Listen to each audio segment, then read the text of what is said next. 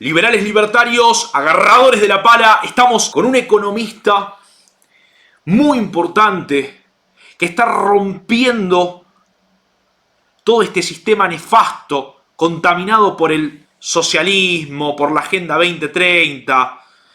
Vamos a hablar a continuación con un economista que es uno de los preferidos del presidente Milei. Les presento al profesor Philip Vargus. Profe querido, muchísimas gracias por aceptarme la nota. Un placer. Muchísimas gracias. Quiero arrancar preguntándote, ¿cómo viste este primer año del gobierno del presidente Milei? Pues nosotros lo estamos siguiendo a cerca, ¿no? Lo que está haciendo, porque estamos muy emocionados que ahí tenemos el primer presidente liberal libertario que sigue las ideas de la escuela austríaca. Entonces estamos emocionados y lo estamos siguiendo muy, muy de cerca. Y los logros creo que son impresionantes. Argentina estaba al borde de una hiperinflación con un déficit combinado entre Tesoro y Banco Central de 15% del PIB que se estaba imprimiendo para cubrir esto, y la inflación se estaba acelerando, estaba al 25% en diciembre, y ha conseguido evitar esta hiperinflación, ¿no? Si hubiera habido una hiperinflación, la tasa de pobreza se hubiera disparado y hubiera afectado sobre todo los más pobres, y hubiera sido una tragedia con dimensiones gigantes para los argentinos. Entonces yo creo que el logro más importante es haber parado la hiperinflación, conseguido que la inflación ahora está en noviembre estaba al 2,4%, ¿no? Cada mes es más baja, y eso solo ha sido posible por conseguir eliminar el déficit, ¿no? La política del déficit cero. Además, dice el presidente conmigo, no va a haber más déficit, y lo ha mostrado, que ha votado cosas que hubieran eliminado el déficit. Entonces los mercados o la gente ha empezado a creerle. Entonces esto es el ancla monetario, que hay este superávit, y eso solo ha sido posible con uno de los ajustes más grandes de la historia, si no es el más grande de la historia, al menos en tiempos de la paz, ¿no? Porque después de una guerra a lo mejor puedes ahorrar mucho gasto estatal reduciendo los gastos militares, pero en este caso no había una guerra antes, y ha conseguido bajar los gastos estatales pues alrededor de un tercio, que es impresionante, y es impresionante que mantiene su popularidad, ¿no? Porque si hace un ajuste muy pequeño en Alemania, pues ya va a haber, ya van a perder popularidad y votos, y ahí no, y eso es el gran logro que ha hecho Javier Milei. Ha sido posible gracias a que ha dado la batalla cultural tantos años antes, explicando las cosas, explicando, pues, tenemos el impuesto inflacionario, y eso es gracias a que tenemos un déficit, y tenemos un déficit porque el gasto estatal es demasiado alto. Entonces lo que tenemos que hacer es reducir el déficit. Eso es lo mejor para todos, y sobre todo para los pobres. Bueno, para todos no, para la casta no, pero para los argentinos de bien sí es lo mejor. Y los argentinos lo han entendido, al menos una gran parte lo han entendido y le han votado, y él está haciendo que lo iba a hacer, que dijo que iba a hacer. Entonces, claro, mantiene su popularidad. Y aparte de eso, claro, ha hecho muchas otras reformas, las deregulaciones, ¿no? De los alquileres, de los aviones, del tráfico aéreo, y también en agua, ¿ya? Y todas estas deregulaciones, el Ministerio de Deregulación es también impresionante, y lo están copiando en los Estados Unidos. Entonces, las ideas de libertad, además, los está exportando el presidente a todo el mundo, que tenemos que agradecerlo, toda la humanidad, esto. Pero, pará. ¿Por qué agradecerle? ¿Por qué? Porque él está dando su vida para las ideas de la libertad, ¿no? campaña le han ensuciado, le han contado mentiras y pues para qué, se podría preguntar, ¿para qué hago eso? ¿No? ¿Qué ventaja tengo? Pues él quiere liberar los argentinos y tiene unos costes muy grandes, personales, de estrés, de intimidad, le están insultando, ¿no? Pero le da igual. Para él lo más importante es las ideas de la libertad, distribuirlos, difundirlos. Y no solo en Argentina, porque cuando es presidente de Argentina podría decir, pues ahora pues arreglo Argentina y me olvido del resto del mundo, pero no. Él va a conferencias en otros sitios del mundo, va al World Economic Forum en Davos, Sí, en Davos. va a la UNO, va al CEPAC y en todos los sitios intenta difundir las ideas de la libertad, defender las ideas de la libertad. Sí. Y ha creado un movimiento que va mucho más allá de la Argentina, ¿no? Ha infectado a lo mejor el gobierno de Trump con las ideas de la libertad, al menos a Elon Musk.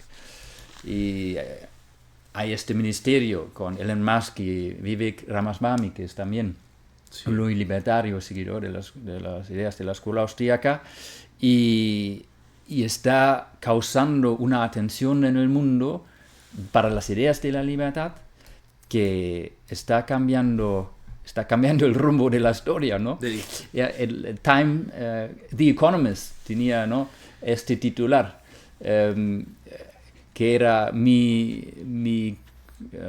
¿cómo se dice? Mi odio al Estado, ¿no? Básicamente. Estado, sí.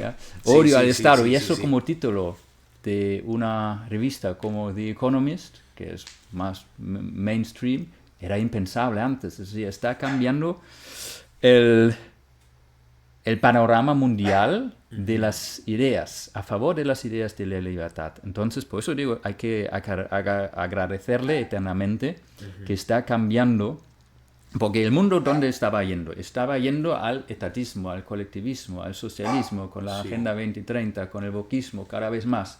Y ahora hay este movimiento de las ideas de libertad impulsado por Javier Milei, porque ahora tiene un megáfono como presidente de un país y lo está utilizando a favor de estas ideas. Y por eso digo, toda la humanidad tiene que agradecerle. ¿Cómo ves el 2025 que se viene para la Argentina? Pues la inflación seguirá bajando. Los ajustes, ¿sabes? Siempre cuando se hace un ajuste tan grande, la estructura económica tiene que cambiar. Antes era una estructura productiva muy dependiente del Estado, de los gastos estatales, que ocupaba muchos recursos, muchos factores productivos, mano de obra, pero también edificios y tal. Y luego cuando el Estado se va atrás, deja espacio para que el sector privado utilice estos recursos, estos factores de producción para nuevos proyectos que generan riqueza. Pero este proceso no es inmediato, no es de un momento al otro. En un momento el Estado deja utilizar los recursos y luego ya se están en el siguiente utilizados en proyectos. No, hay que planificar los proyectos, hay que financiarlo, hay que tener las ideas, hay que hacer marketing. Entonces, todo eso lleva su tiempo. Entonces, es claro, cuando haces el ajuste en primer instante, pues baja la actividad económica y luego cuando se reestructura se va para adelante, se va a crecer. Y en este proceso estamos en Argentina despegando de una recesión que ya venía de antes. Entonces creo que en 2025, y como dice el Banco Mundial, se espera un crecimiento, el Banco Mundial del 5%, no sé, puede ser más o puede ser menos, pero va a haber crecimiento. Y luego las desregulaciones también tienen un efecto, algunos tienen un efecto más inmediato, otra desregulación abre espacio para el espíritu empresarial, para la función empresarial, para que nuevos proyectos sean rentables, que con la regulación no eran. Entonces también tiene un efecto a medio o largo plazo, es decir, la desregulación que hace hoy Federico Sturzenegger, eso Sí. a lo mejor en 2, 3 meses o 6 meses hace posible que se cree una nueva empresa que crea nuevos puestos de trabajo. Ok. Entonces, como la desregulación ya se está haciendo de hace algunos meses, estos efectos se van a ver ahora y el año 2025. Y luego, si ganan las elecciones, pues claro, entonces, claro, puede hacer otras reformas estructurales muy importantes, por ejemplo, del mercado laboral, que ayudarían muchísimo. Y el otro tema, obviamente, es el cepo, ¿no? Si se levanta el cepo, eso sería muy bueno para la inversión extranjera. Si darían las condiciones que el presidente está esperando para levantarlo, que estamos cada vez más cerca, entonces si se levanta, pues eso ayudaría mucho, ¿ya? Y luego se podría estar más cerca también de acabar con el Banco Central. Pará, profe, no me podés tirar lo del Banco Central ahora. Yo tenía otras preguntas para hacerte. ¿Es un problema el Banco Central? ¿Y por qué hay que cerrarlo? El Banco Central es un gran problema en una sociedad libre. Nunca debería estar un banco central. El dinero debería estar privado, es decir, que los ciudadanos deciden qué dinero utilizan y cuáles no. Y los bancos deberían guardar siempre el dinero depositado por los clientes, por los depositantes. Es decir, debería tener un cociente de caja de 100%. Ahora no lo tienen. Entonces hay el peligro de que si van todos al mismo tiempo, hay una corrida bancaria, Sí. no tienen el dinero, el corralito, ¿no? Entonces ahí necesitas un banco central para salvar a los bancos. Pero si tú tienes un sistema monetario con un cociente de caja de 100%, es decir, todo el dinero que han depositado los clientes de los bancos están ahí, y si van todos, pues reciben todo su dinero. Entonces los bancos ya no pueden crear nuevo dinero de la nada, ya no puede haber estos ciclos económicos que genera esto, y se puede cerrar el Banco Central, porque no hace falta salvar los bancos. Por definición siempre van a estar líquidos, porque tienen que tener ahí el dinero en efectivo, ¿ya? Entonces es un privilegio para los banqueros de operar con reservas fraccionarias. Son unos empresarios prebendarios que tienen ahí unos privilegios ahora. Entonces Javier Milei quiere que haya un cociente de caja de 100% por los depósitos, que sería también revolucionario, porque sería el primer país del mundo donde se cumplen los principios generales del derecho de mantener un cociente de caja de 100%. Y el Banco Central hay que cerrarlo, porque no solo porque el Banco Central rescata a bancos irresponsables con reserva fraccionaria, imprimiendo nuevo dinero, sino también el Banco Central financia el Estado, el déficit. Y mientras que exista el Banco Central, siempre hay la posibilidad que en el futuro vuelvan al poder los zurdos y utilicen el Banco Central para financiar el Estado. Entonces, hay que eliminarlo. Profe, ¿vos estás a favor del patrón oro entonces? Sí, un patrón oro 100%. 100% Es decir, que haya coeficiente de caja de 100%. de 100%. Todo oro depositado, los bancos tienen que guardarlo, custodiarlo. ¿Y por qué se fue de ese modelo? Porque los coeficientes de caja de 100% no tenían en el patrón oro, tenían reserva fraccionaria. ¿reserva fraccionaria? Sí, es decir, imprimían billetes Sí. sin tener el oro. Entonces, en los billetes ponía vale por 20 gramos de oro, por ejemplo. Y el problema era que imprimían más billetes que tenían oro. Sí, tenían una reserva fraccionaria. Pero incluso esto, ahí había un límite de imprimir billetes, porque si tú imprimes demasiado, pues ya viene la gente y te quita el oro. Entonces, pero incluso este límite para la expansión crediticia, la producción de nuevo dinero por parte de los bancos, lo rompieron, y la primera vez era o más llamativo era en 1914, cuando empezó la Primera Guerra Mundial y todos los países participantes suspendieron el patrón oro el primer día de la guerra. ¿Por qué? Porque querían financiar la guerra no con impuestos, que son muy impopulares y además hacen muy visible el coste de la guerra. Lo querían financiar imprimiendo nuevo dinero.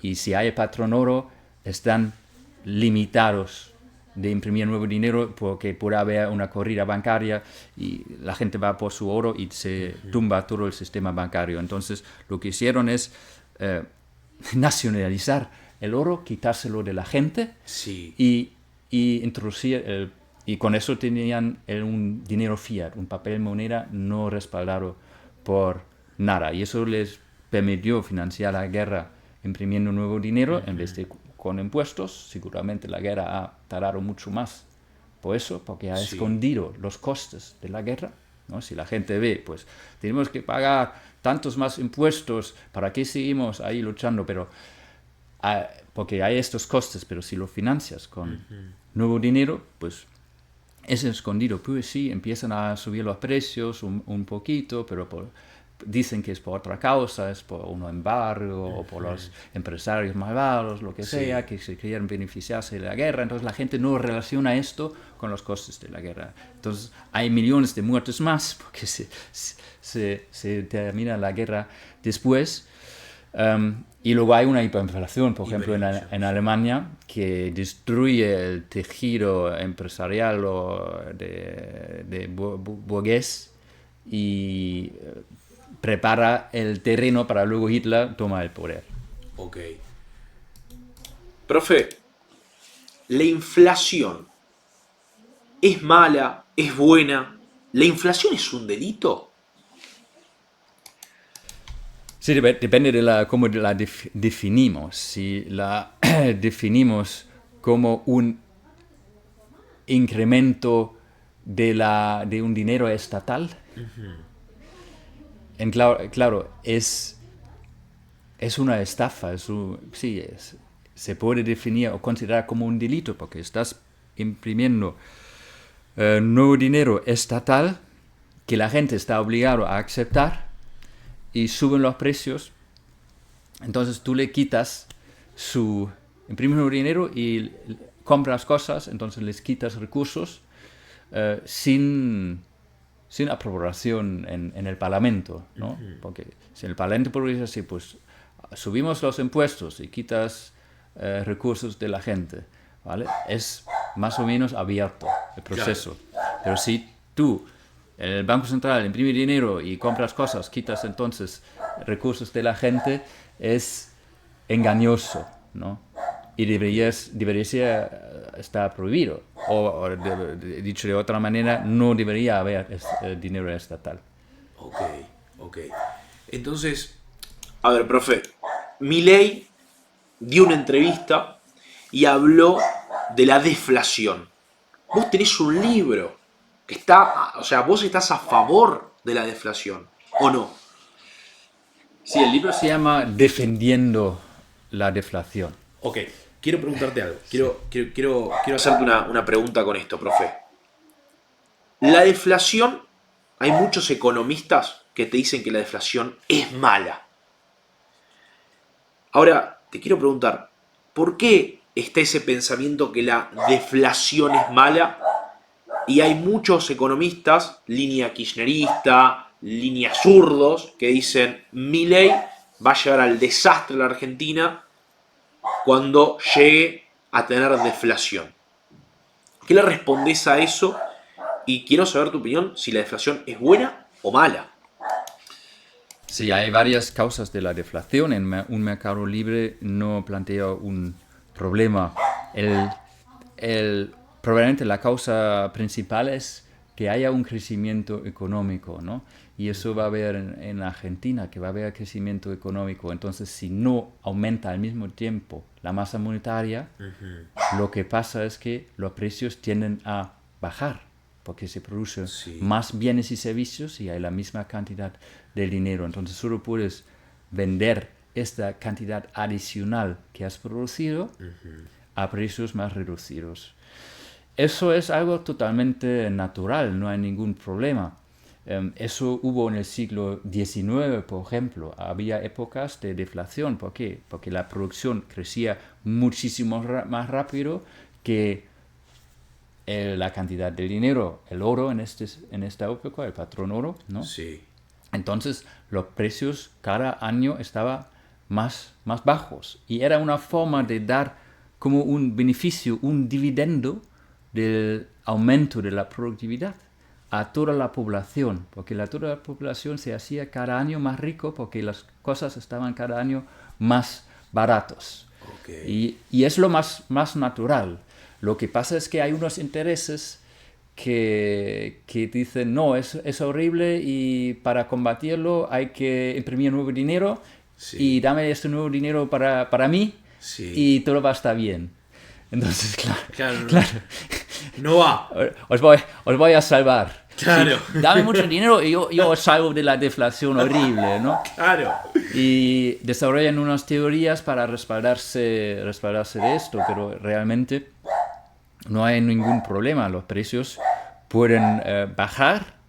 Además, los salarios no tienen que bajar si hay aumentos de productividad, ¿no? Porque el aumentos de productividad quiere decir con el mismo trabajo puedo producir más. La productividad del trabajo aumenta.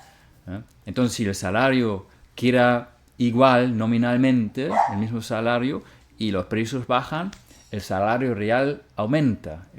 Con el mismo salario, el trabajador puede comprar más cosas. Y es sostenible esto porque ha aumentado la productividad del trabajador. Es más productivo y por eso ha aumentado la producción. Vos sos alemán. Contale un poco a la gente de dónde venís, dónde naciste. Yo quiero saber eso. ¿Dónde naciste, profe? Yo nací en Wiesbaden. Wiesbaden es la capital de la comunidad autónoma o la región de Hesse. Sí. Pero crecí en Westfalia, que está cerca de Holanda, que está al norte, ¿no? Entonces estaba cuando cayó el muro, yo estaba en el oeste, ¿vale? En la parte capitalista o de economía de mercado, ¿no? Ya saben que había un muro que partía Alemania de este comunista socialista con el de libre mercado, más cerca del libre mercado, donde había propiedad privada, ¿no? En los medios de producción. Sí. Entonces tuvieron que construir en 1961 un muro porque la gente quería irse del socialismo, obviamente, y se hubiera quedado vacío el país, solo se hubiera quedado la casta. Entonces, ¿de qué vivir la casta parasitaria si la gente que están parasitando se va al oeste, ¿no? Que además era muy fácil porque es el mismo idioma, misma cultura, la gente además tenía muchas veces familia en el oeste, entonces se querían ir todos, entonces tuvieron que construir este muro. Y en 1889 entonces se cae el muro porque pierde toda la legitimidad intelectual el socialismo, porque la gente ve que se está empobreciendo y en el oeste sus hermanos, sus familias van mucho mejor. Y solo se puede mantener este sistema con cada vez más opresión y violencia, con la Stasi espionando la gente. Entonces, en 1989 pierde la legitimidad el régimen y el control y se cae el muro y hay la reunificación, ¿no? Entonces eso viví, tenía 9 años cuando pasó. Te quiero preguntar algo de ahí, profe. ¿Vos llegaba información de lo que pasaba en la Alemania comunista? ¿Llegaba, por ejemplo, noticias de algún asesinato, alguien que quería escapar y no lo dejaban y lo mataban? ¿Llegaba esa información o era todo muy, muy secreto que no llegaba información?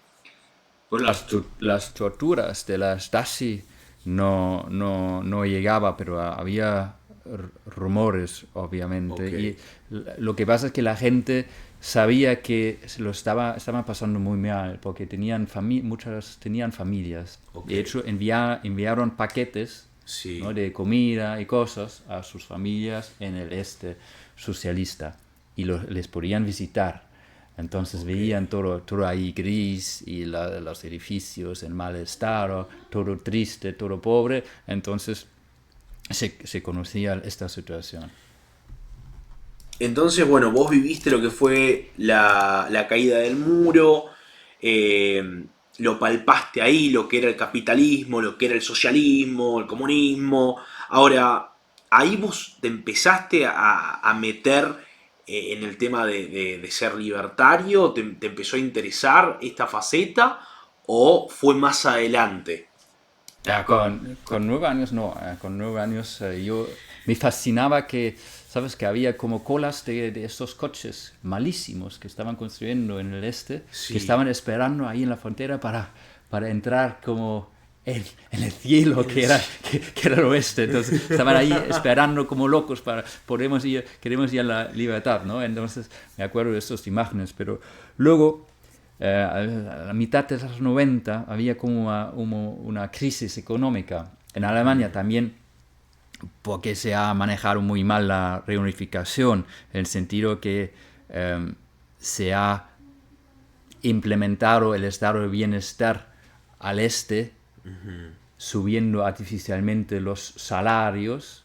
Con salarios más bajos hubieran sido competitivos, pero no han dejado han enviado muchas subvenciones al este, Sí. entonces eso era muy caro. Entonces hubo una crisis, un incremento de la inflación y del desempleo.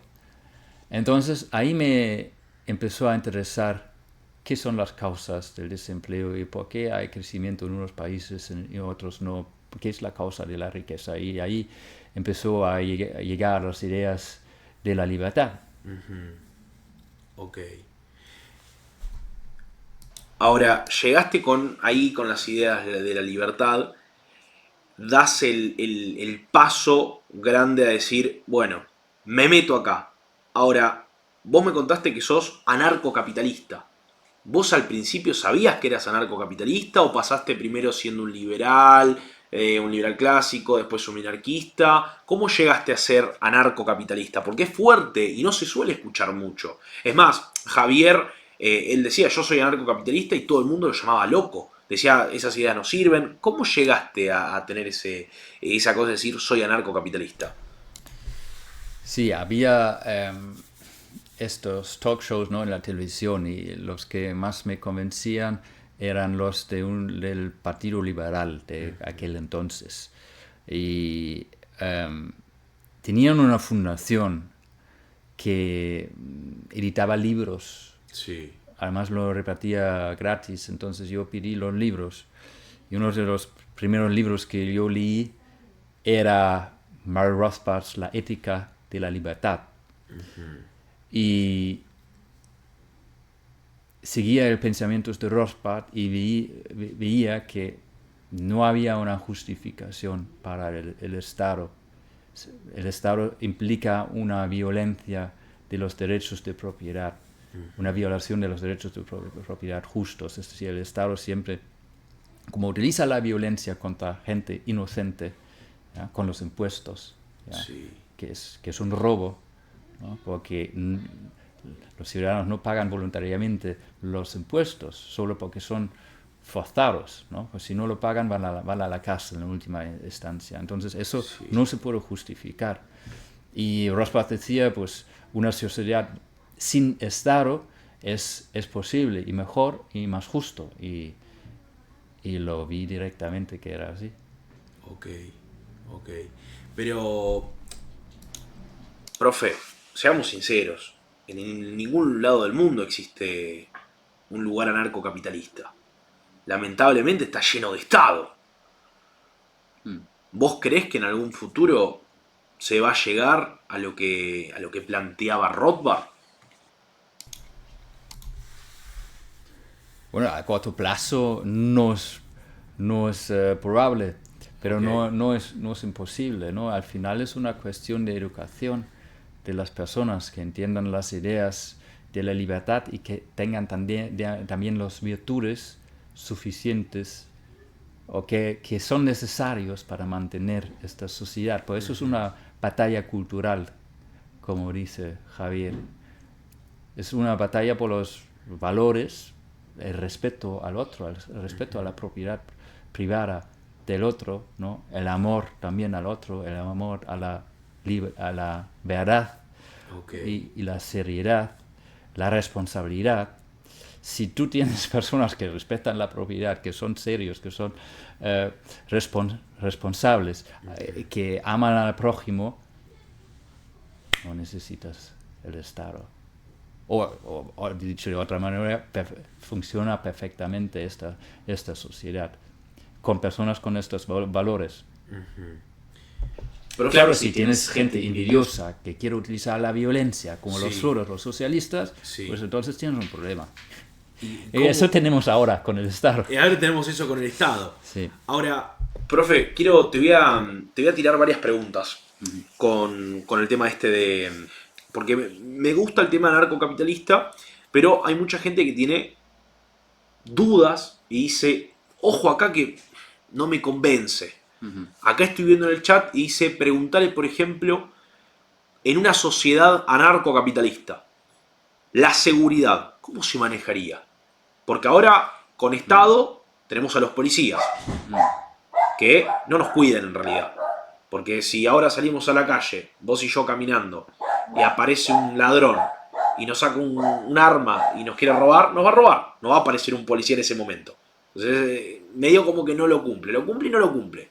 Ahora, en una sociedad anarcocapitalista, ¿cómo sería el rol de la seguridad? ¿Quién nos cuida? Pues no un monopolista como ahora, que ahora tenemos un monopolista que es el Estado. Sí. Y con los monopolistas pasa siempre lo mismo. No hay competencia, entonces el servicio que dan es malísimo y el precio altísimo.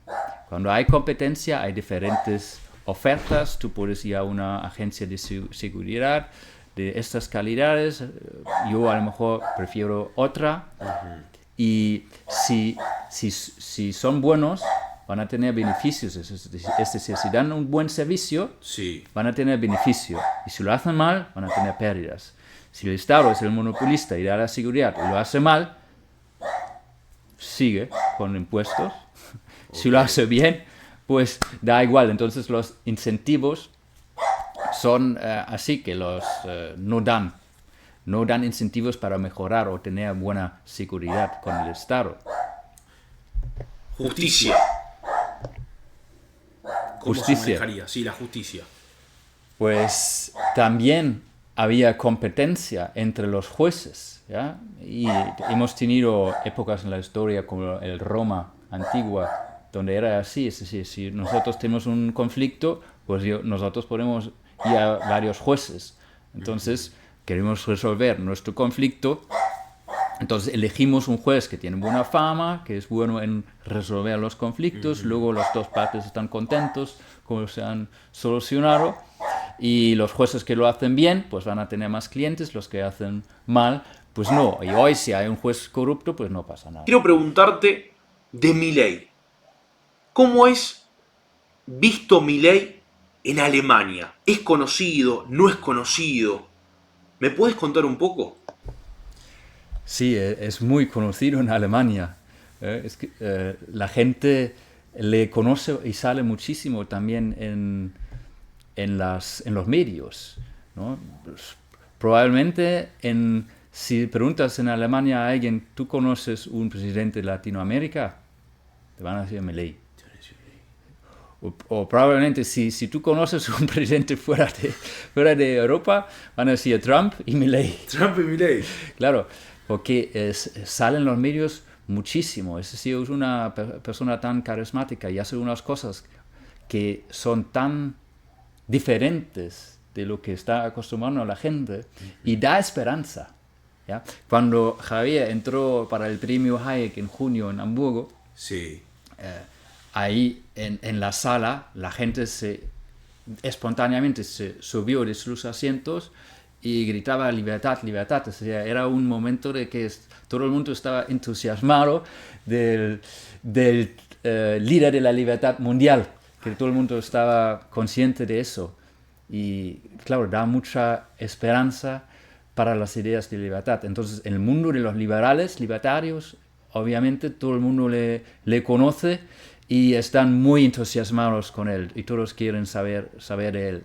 Y cada vez más personas, lo estoy viendo en Twitter, ¿ya? Que cada vez más personas están siguiendo a estas ideas y los comentarios son muy, muy positivos. Ok. Profe, ahora quiero preguntarte sobre lo que es el fenómeno Milei, que recién me acaba de responder. En Alemania, ahora lo quiero llevar con el tema de tus colegas, los liberales libertarios. Vos me hablaste de Jesús Huerta de Soto, que quiero preguntarte algo de Jesús Huerta de Soto. Sí. Quiero ir con algo muy importante. Quiero que me respondas a corazón abierto. ¿Sabes lo que es responder a corazón abierto? De forma verdadera. Sí. Siempre lo hago. Siempre lo haces. Bien. Quiero que me respondas a corazón abierto para vos, ¿qué es en tu vida, en tu día a día, el profesor Jesús Huerta de Soto?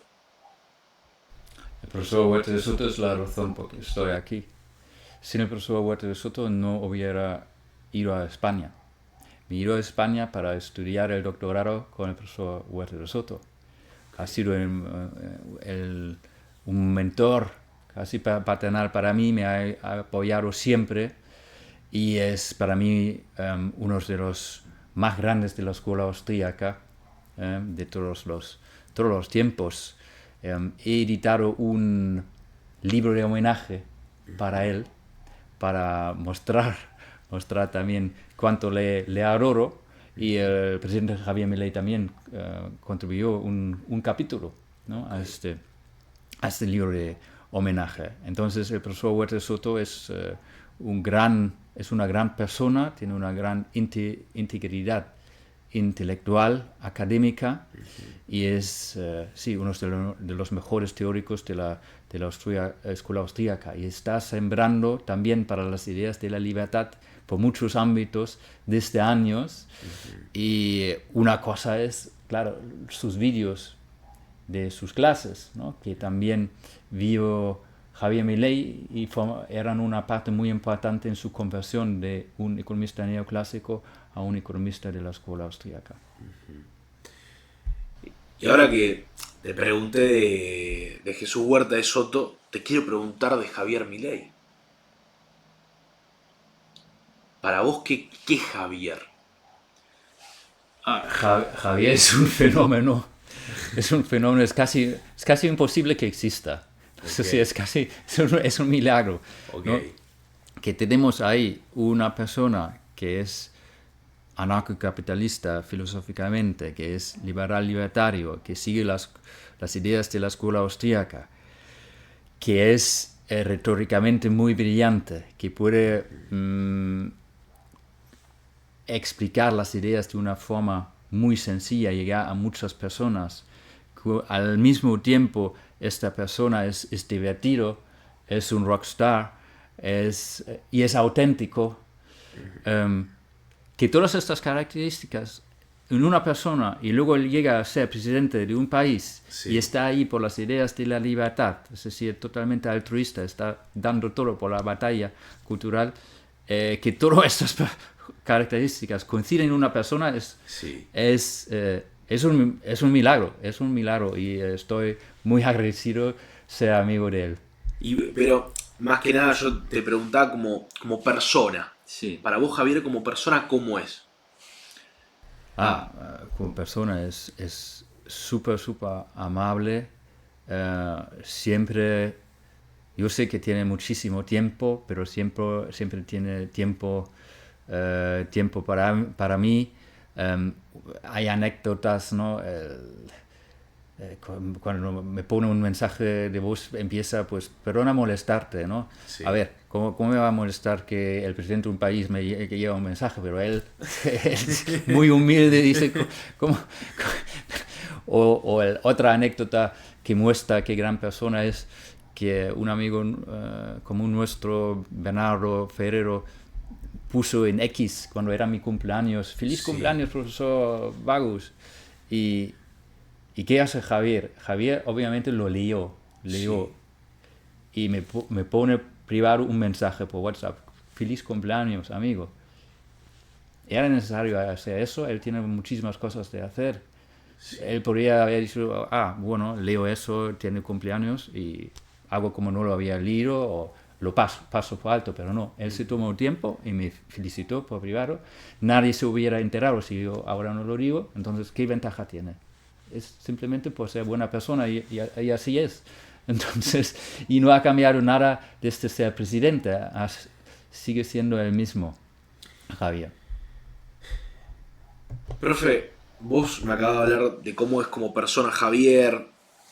Ahora, hay mucho zurdo que lo critica, hay mucho comunista que dice: no, las medidas que está tomando Milei son en contra del pueblo, es en contra de la gente. Ahora, esa gente, por ejemplo, quiere darle a la maquinita, quiere generar inflación, cosa que ya hablamos, que explicaste por qué la inflación es mala. Ahora, lo que busca también la gente es que el Estado le dé planes sociales.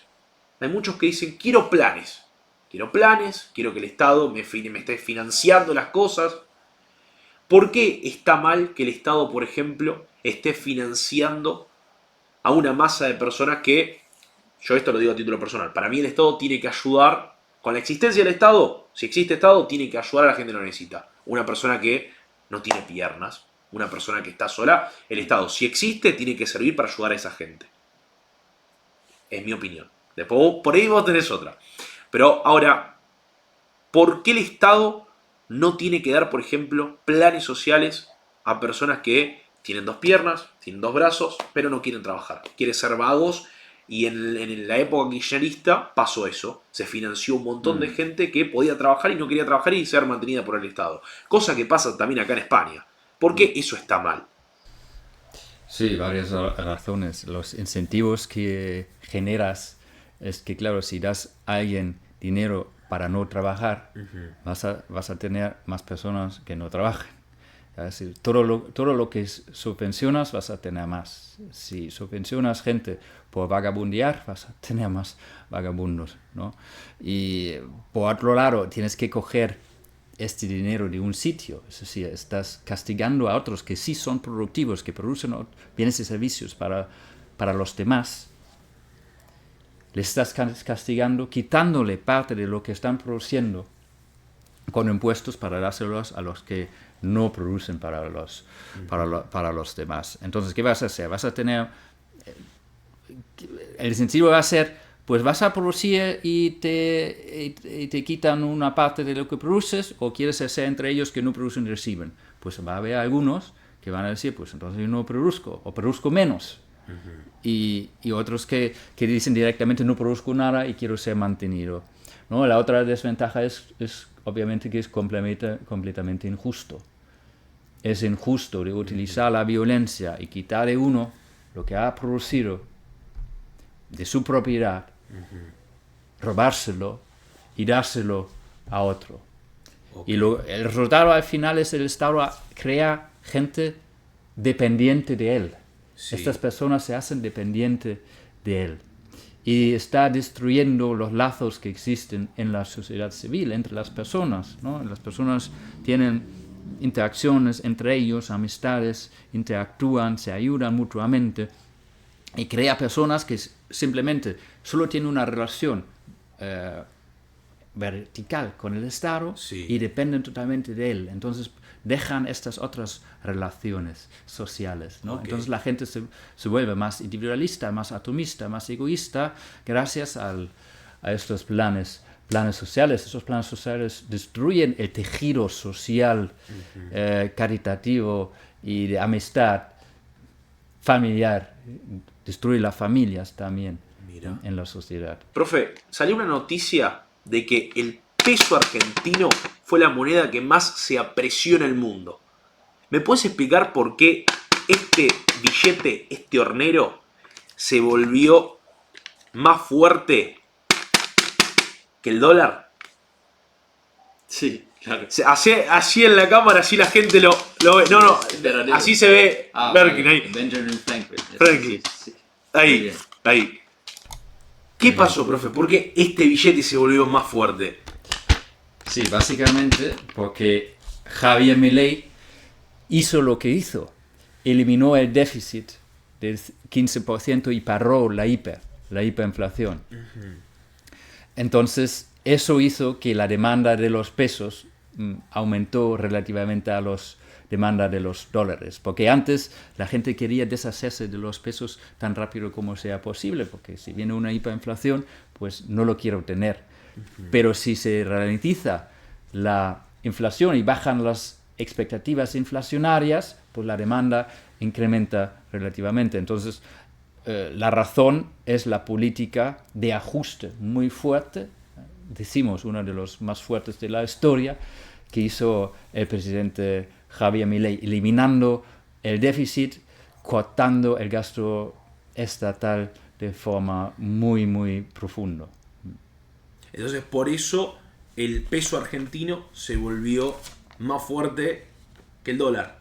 Sí, y porque dejó de imprimir nuevos pesos, ¿no? Porque dejó de imprimir. Sí, y porque se podían de forma creíble dejar imprimir nuevos pesos, porque se eliminó el déficit, ¿no? Entonces ahora ya hay emisión cero, entonces por eso el peso ha sido más fuerte que el dólar. Ahora, yo te pregunto, vos tenés que invertir, elegir una moneda.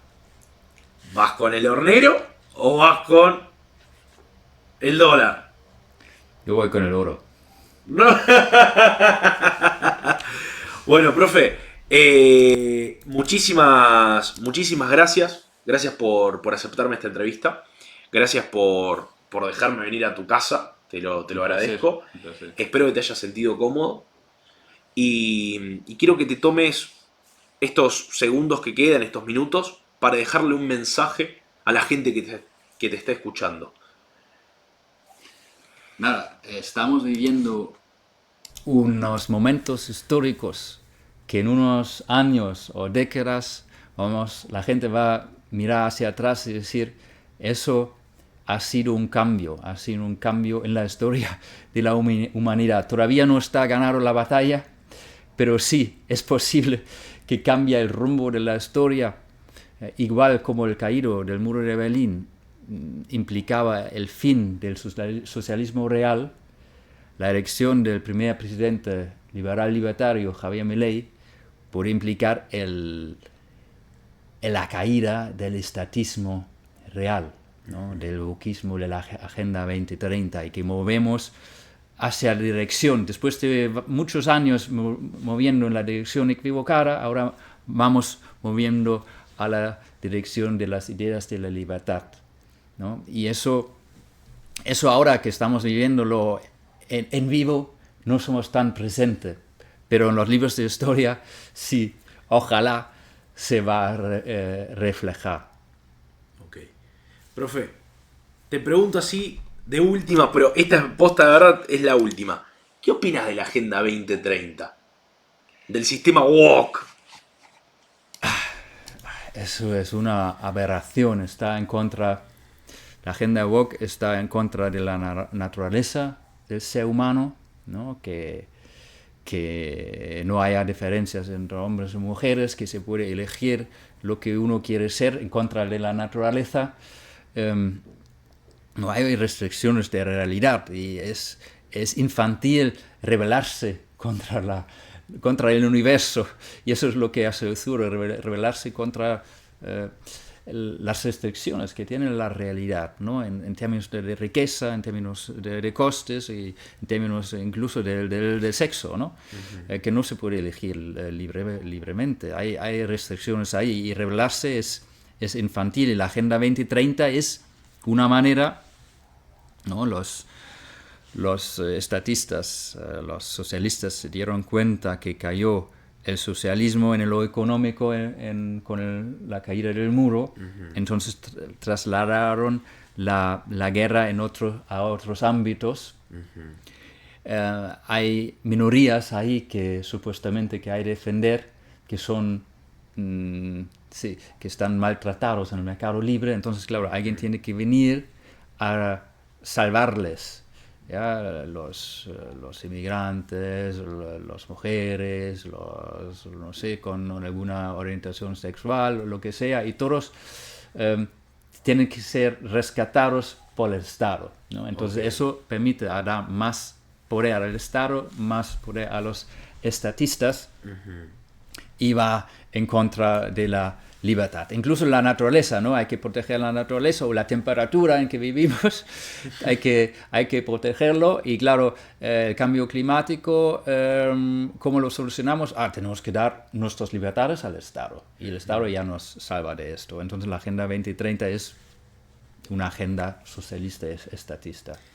Y además, o sea, no sé si estoy en lo correcto, profesor, la Agenda 2030 y todo el sistema político del Estado, lo único que termina haciendo es poner restricciones que no permitan que avance la tecnología. Y por ejemplo, tema del cambio climático y todas estas cosas que te hablan los progres, que los recursos se van a acabar y todo eso se termina solucionando teniendo mayor capacidad de que el mercado sea libre, mayor inversión, mayor inteligencia, para que el ser humano pueda crear algo para arreglar el problema.